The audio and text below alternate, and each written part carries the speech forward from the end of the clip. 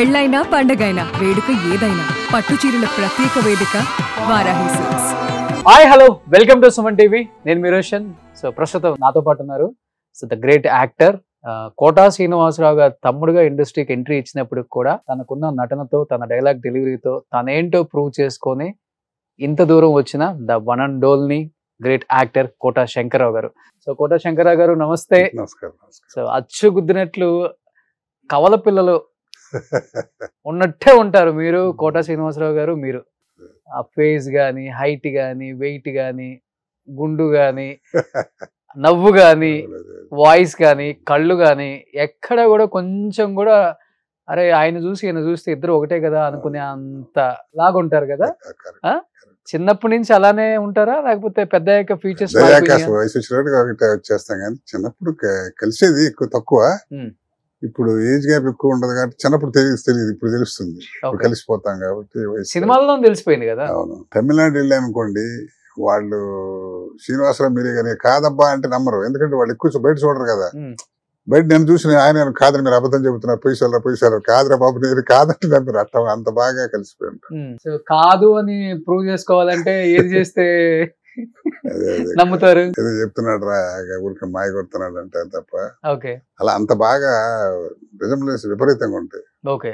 So అబ్బాయిలు అడిగారంటే ఒకటే, అమ్మాయిలు వచ్చి అడిగారు అనుకో కోటా శ్రీనివాసరావు గారు అంటే మనం అప్పుడు కలిసాం కదా. అంటే నేను లేట్ ఎంట్రీ కాబట్టి మాకు ఆ ఆడవాళ్ళతో ప్రమాదం లేదు. ఓకే. సో లేట్ ఎంట్రీ కాబట్టి ప్రాబ్లం లేదు.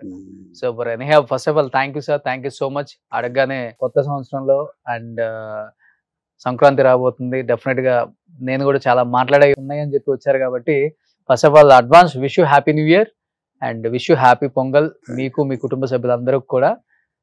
అండ్ 100 సినిమాలు పైగా చేశారు. నాకు తెలిసి మీరు చేసిన మెగా సీరియల్స్ 60 నుంచి 70 సీరియల్స్.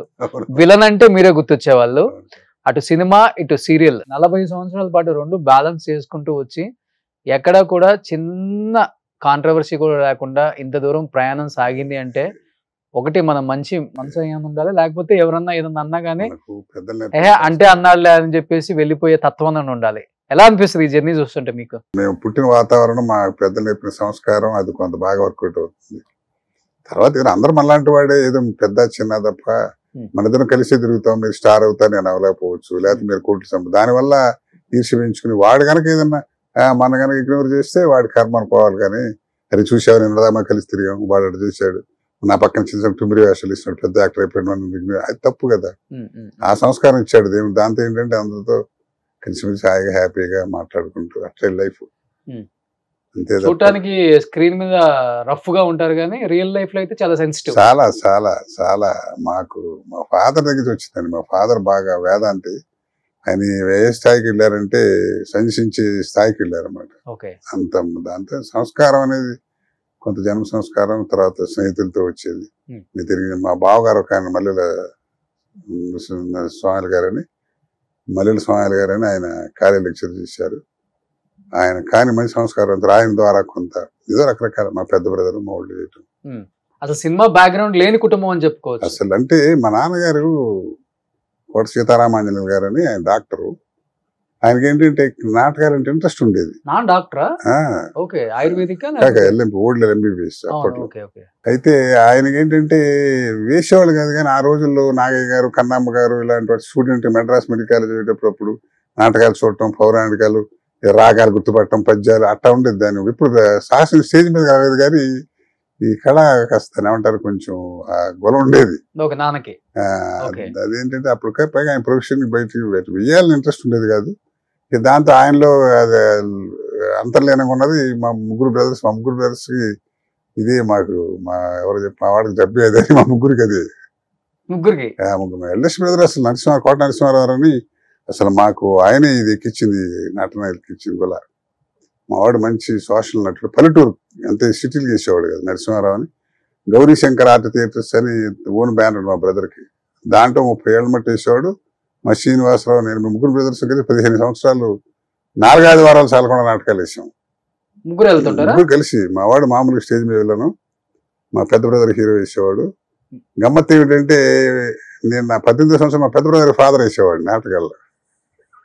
అంటే మీరు చూడటానికి అలా ఉండేవాళ్ళు. పర్సనాలిటీ ఉంటే గడ్డల మిసాలు పెడితే అప్పుడు స్టేజ్ మీద కెమెరాకి దొరుకుతాం కానీ అలా వేసాను వాడు 15 సంవత్సరాలు. తర్వాత మొట్టమొదటి మా శ్రీనివాస్ రారు సినిమా యాక్టర్ అయిన తర్వాత తర్వాత అసోసియేషన్ వెనకబడింది. మా పెద్ద బ్రదర్ కూడా మాకన్నా 20 ఏళ్ళు పెద్దవాడు, ఆయన కూడా పెద్దవాడు, లేరులేండి ఇప్పుడు. ఆయన రాణించలేకపోయారు కదా సినిమాలలో. అసలు ఇంట్రెస్ట్ లేదు వాళ్ళకి ఎట్టుండదని మహానటి మన అక్కడ వాడే వచ్చి తీసుకెళ్లాలనేటువంటి ఇదిగా ఉండేవాళ్ళు. పైగా అప్పుడు కాంపిటీషన్ కదండి, సంవత్సరానికి 15-20 సినిమాలు వచ్చేవి. దాంట్లో ఎన్ని వేల మందిని అకామిడేట్ చేయగలుగుతారు? దాన్ని నమ్ముకుని మెడ్రాస్లో 100 మంది ఉంటారు. ఇక్కడి నుంచి తీసుకెళ్ళటం చేయటం కష్టం. పైగా ఇంకోటి ఏముంటుందంటే అబ్బాయి ఇక్కడ నమ్ముకుని వీడు ఉన్నాడు అక్కడి నుంచి ఎందుకు అనేటువంటి ఒక సాఫ్ట్ కారణం రకరకాల. అప్పుడు ఆ రోజు ఇప్పుడు సినిమాకి రావడం ఈజీ కానీ అప్పుడే ఉందండి. ఇప్పుడే ఈజీ అంటారా? ఇప్పుడు కాదా, ఎంత గొప్ప నటుడు అవుతాం వేరే సంగతి. వేషం అంటే ఈజీ కాదా ఇప్పుడు? అప్పుడు ఒక యాక్టర్ చూడాలంటేనే కష్టం సార్. అంతే దేవుడు వెళ్ళలేము. రామారావు నాగేశ్వర అంటాడు దేవుడిలా కొలిచేవాళ్ళు అంటే, మరి రామారావు చూడటం అంటే అసలు వెంకటేశ్వర దొరికేవాడు కాదు కదా ఆ రోజుల్లో. మరి అదే గోల్డెన్ డేస్. దాంతో ఏంటంటే సినిమా అంటే ఆ రోజు ఆటకేతనం అండి, వేయటం మాట్లాడండి. పైగా రంగస్థలానికి సినిమాకి తేడా ఉంటుంది, ఆ మౌల్డ్ అవటం ఎవరు రకరకాలు. సుమన్ టీవీలో మీ పర్సనల్ అండ్ బిజినెస్ ప్రమోషన్స్ కోసం కింది నెంబర్కి కాంటాక్ట్ చేయండి.